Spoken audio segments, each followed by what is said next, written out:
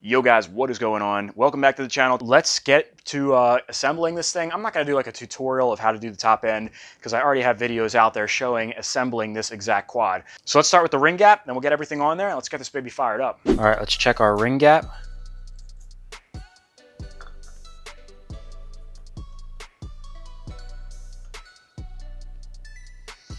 Wow, it's actually snug at 18 thousandths. If I remember correctly, that's exactly where we were the first time around when we did this engine. So we should be good to go.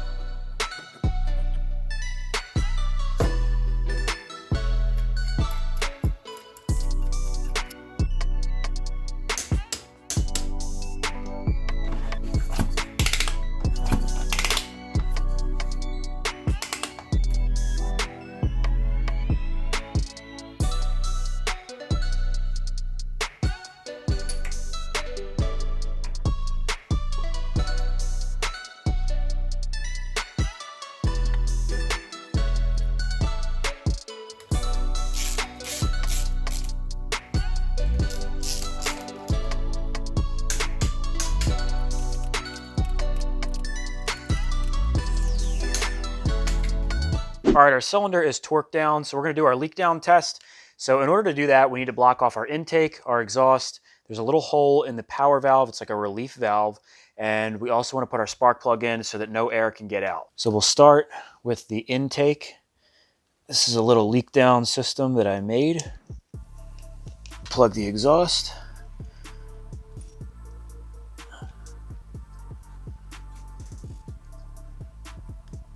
Plug up this little hole in our power valve.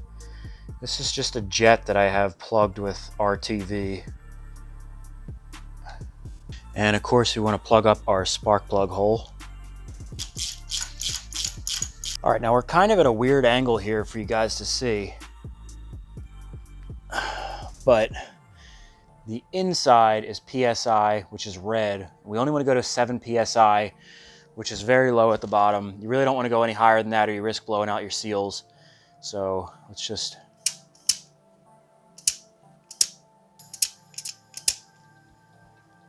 right about there. So you can see it holding pressure. That's about 9 PSI right there. And I can already tell it's going to pass the leak down test because I believe it's about a minute is how long you want it to last. So it's not even moving at all. It's definitely airtight. It's been about 3 minutes now. You can see it's still holding about 6 PSI. It's gone down a little bit, but that is normal. So I think we're good to go. We can pull off this stuff, get this back together, and get this fired.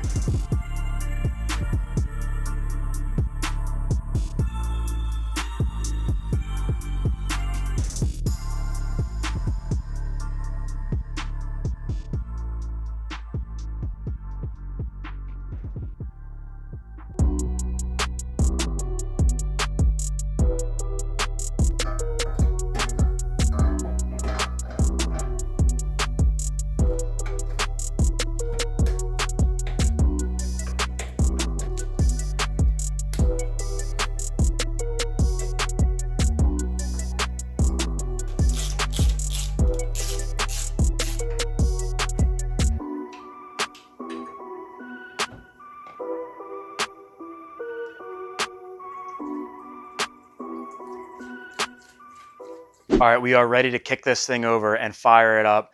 I am dying right now because it's actually 1 o'clock in the morning, so it's a little bit too late to be firing this thing up. Not like the neighbors don't already hate me. So we're gonna do it first thing in the morning. Tomorrow. All right, guys, it is the next morning and we have the 250R sitting behind here and it would rain today. It's not actually raining right at this second, but it was raining this morning and it's like just slightly raining right now. You can see the water on the truck. So I have the Banshee set aside, and we should be able to fire this thing up in here and just make sure it works.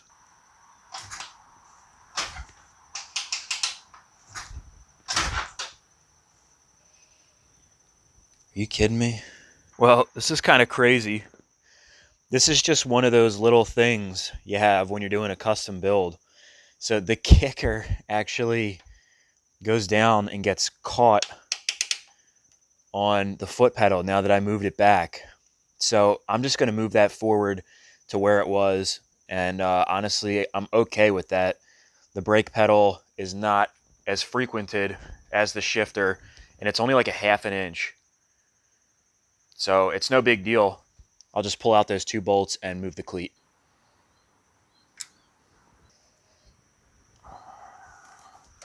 All right, take 2.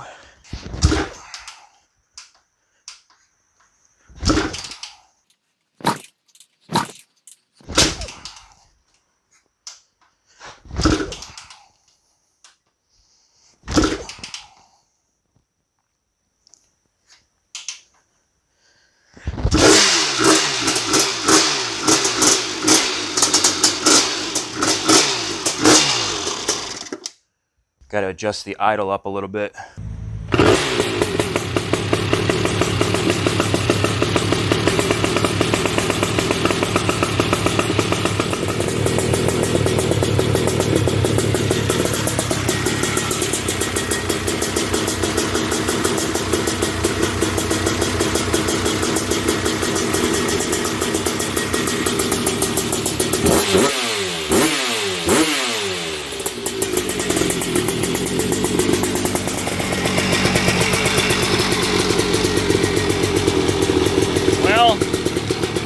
Been idling for about 15 minutes.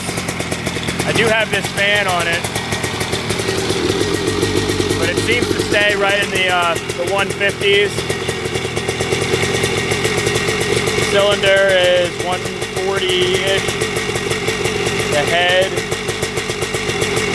below 120.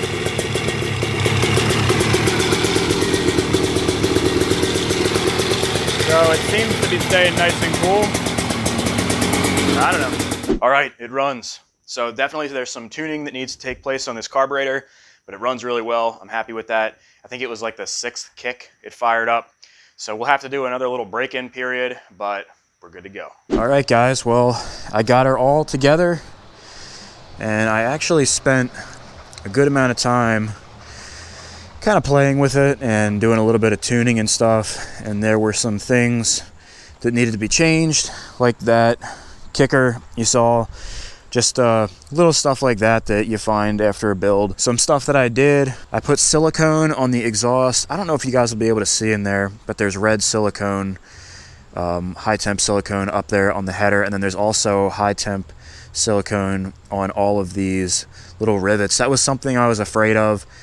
If you guys remember, I had to move this logo and I had to re-rivet it. So there's rivets up top too. There were little puffs of smoke I noticed coming from them. So I sealed them off. It's really important to have them sealed and a good sealed exhaust, especially for a power valve motor. Here's that automotive trim that I put on the fenders to try to kind of alleviate the marks that were left behind just from vibrations on the Nerf bars. There's a look at that Shorty IMS shifter. It feels pretty good.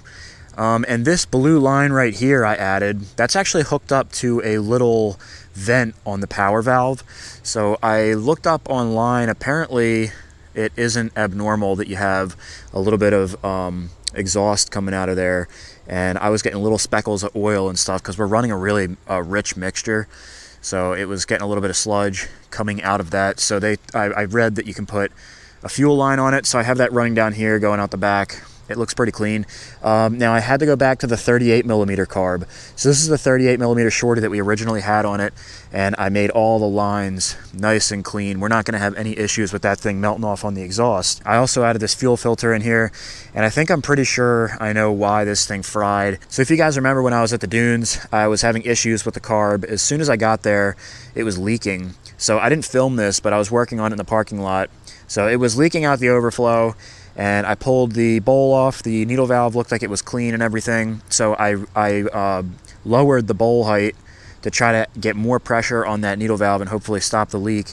And I had to do that like 4 times, and I made it so low that there was barely any gas being held up in the bowl.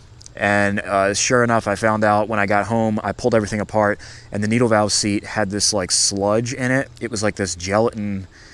I don't know what the hell it was, if it was something that was contaminated in the gas, or I don't know, but it was that, and it had little grits of sand in it, and that was what was preventing that needle valve from seating properly. So I guess I compensated for that by putting extra pressure on it, but that was really bad. So there really wasn't much gas being left in reserve, and I think that was causing it to run lean. So I cleaned that out, and I reset the bowl height to factory, and now this whole bowl gets filled up with fuel. It doesn't leak at all, so it just needed to be cleaned out. Shit happens, though. You know, what are you gonna do? So right now it's cold. You can see it says 88 degrees. We're in Fahrenheit right now, and I'm pretty happy with the way that temperature gauge turned out. So I'm just gonna fire her up, cruise around a little bit. I can't really go crazy out here with the neighbors and all, and I don't wanna ruin the lawn, but I'll show you. She seems to be running really good.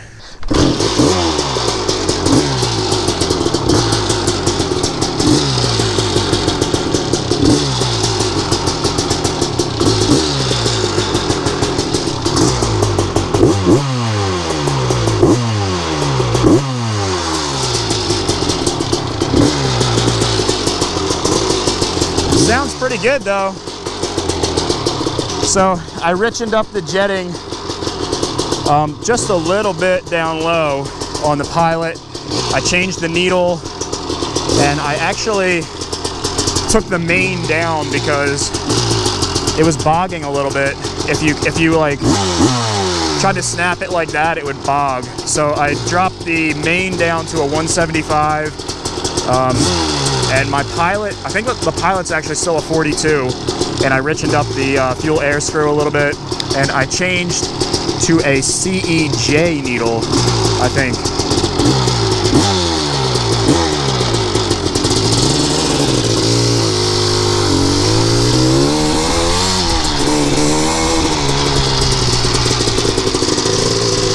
But the power seems to roll on really smooth.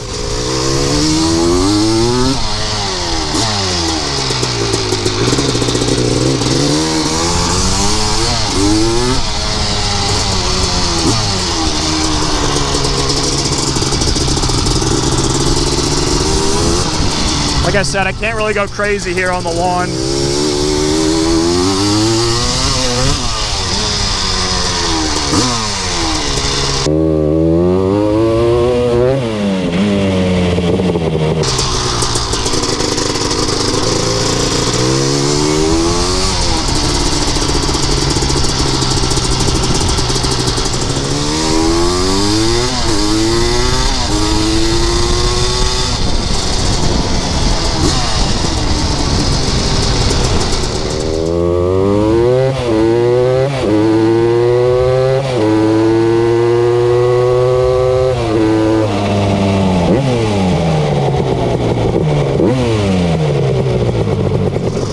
I'm not really revving this thing out as far as it should go. I just don't want the neighbors to kill me. I've actually been doing this quite a bit today, and nobody's called the cops because they really don't like it when I ride around here. So I can't, if I like really rip on it, you know what it's like, man. These things are loud when you open them up.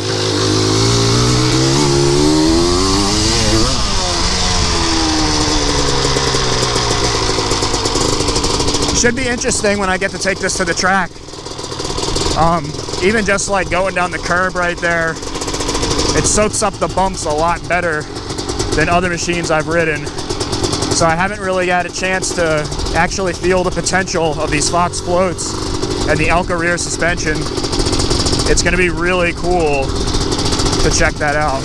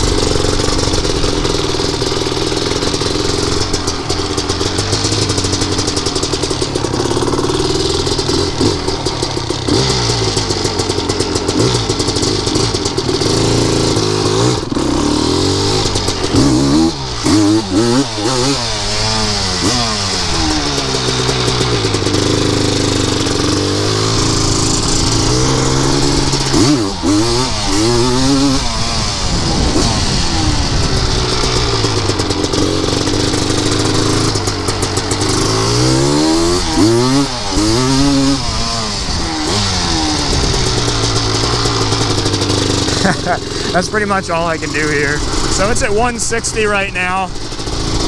It seems like if you keep cruising around, it doesn't really go above 170. I was probably riding for like 20 minutes straight earlier.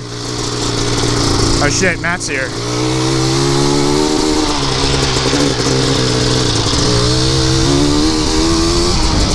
Yeah.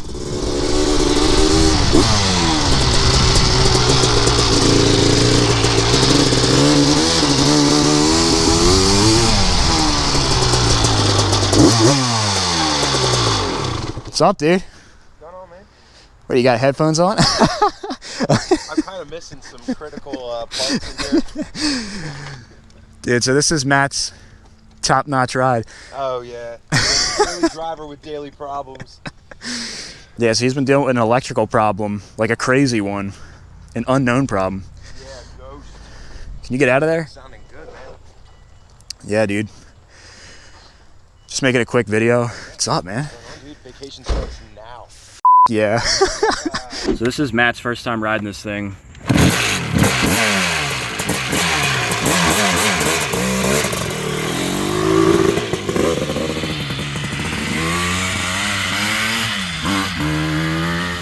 So we do not advocate riding without a helmet. Matt's just gonna cruise around the lawn real quick.